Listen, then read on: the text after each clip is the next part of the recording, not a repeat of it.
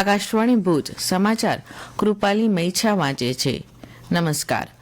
પ્રધાનમંત્રી નરેન્દ્ર મોદીએ ગઈકાલે નવી દિલ્હીમાં સંવિધાન સદનના સેન્ટ્રલ હોલમાં નેતાજી સુભાષચંદ્ર બોઝને તેમની જન્મ જયંતિ પર શ્રદ્ધાંજલિ અર્પી હતી.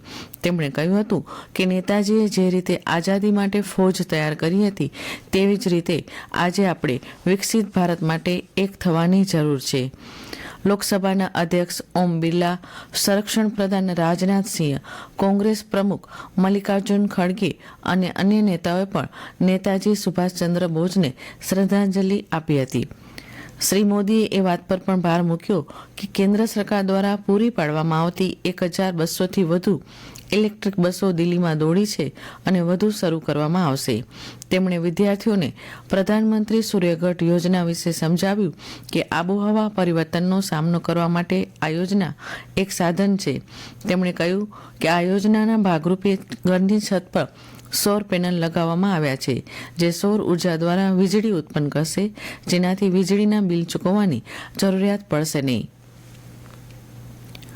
નવી દિલ્હીના કર્તવ્ય પથ ખાતે આગામી 26મી જાન્યુઆરીએ પ્રજાસત્તાક દિવસની પરેડ જોવા માટે કચ્છમાંથી પણ વિવિધ ક્ષેત્રના લોકોને આમંત્રણ પાઠવવામાં આવ્યું છે. આ અંગે સાંભળીએ અહેવાલ.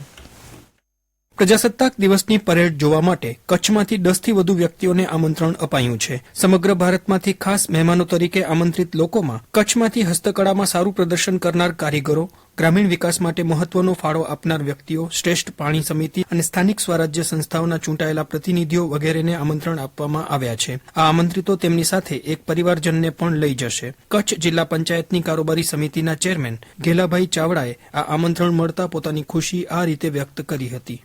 મારું નામ ઘેલાભાઈ દાનાભાઈ ચાવડા, નાની ચિરઈ ગામ, કચ્છ જિલ્લા પંચાયત કારોબારી ચેરમેન. 20મી તારીખના મને દિલ્હીથી જે આમંત્રણ આવ્યું છે એના માટે મને બહુ આનંદ છે કે મારા જેવા ગામડાના નાના માણસને નરેન્દ્રભાઈએ નોંધ લઈને અમને બોલાયા છે પરેડમાં. એ બદલ હું રાજ્ય સરકાર અને કેન્દ્ર સરકારનો બેનો આભારી છું. લખપત તાલુકાની દયાપર ગ્રામ પંચાયતના મહિલા સરપંચ જયાબેન પટેલે પોતાની પસંદગી થતા આનંદની લાગણી વ્યક્ત કરી હતી. રાષ્ટ્રીય મહાપર્વ 26મી જાન્યુઆરીમાં શ્રેષ્ઠ કામગીરીની નોંધ લઈ ભારત સરકાર તરફથી મને આમંત્રિત કરવામાં આવેલ છે. તેથી મારું ગામ, મારી ગ્રામ પંચાયત તથા કચ્છ માટે હું ગૌરવની લાગણી અનુભવું છું. પીવાના પાણી અને ગટર વ્યવસ્થાપન ક્ષેત્રે શ્રેષ્ઠ કામગીરી થઈ રહી છે તેવા નખત્રાણા તાલુકાના વેસલપર ગામના સરપંચ રવિલાલ વાલાણીની પણ પ્રજાસત્તાક દિનની પરેડ જોવા માટે પસંદગી થઈ છે. તેમણે પોતાનો પ્રતિભાવ આ રીતે આપ્યો. અમે વેસલપર ગામની અંદર શુદ્ધ પાણીનું વિતરણ 100% દરેક ઘરે ઘરે નળની યોજના, દરેક ઘરે ઘરે પાણી પહોંચાડ્યું છે, દરેક ઘરે ઘરો ગટર યોજના છે અને સ્વચ્છ પાણી 24 કલાક પાણીનું વિતરણ અમે કરીએ છીએ. અને સ્વચ્છતામાં અમને કેન્દ્ર સરકાર તરફથી નિર્મળ ગામનો પુરસ્કાર પણ મળેલ છે. અમને દિલ્હી જવા માટેનું આમંત્રણ મળેલ છે. એ આમંત્રણ મળવા બદલ અમે ખૂબ ખુશીની લાગણી વ્યક્ત કરીએ છીએ. અમારું એક નાનકડું ગામ છે, એ નાનકડા ગામને જયારે આવું આમંત્રણ મળ્યું છે ત્યારે અમારું આખું ગામ ખુશીની લાગણી અનુભવે છે.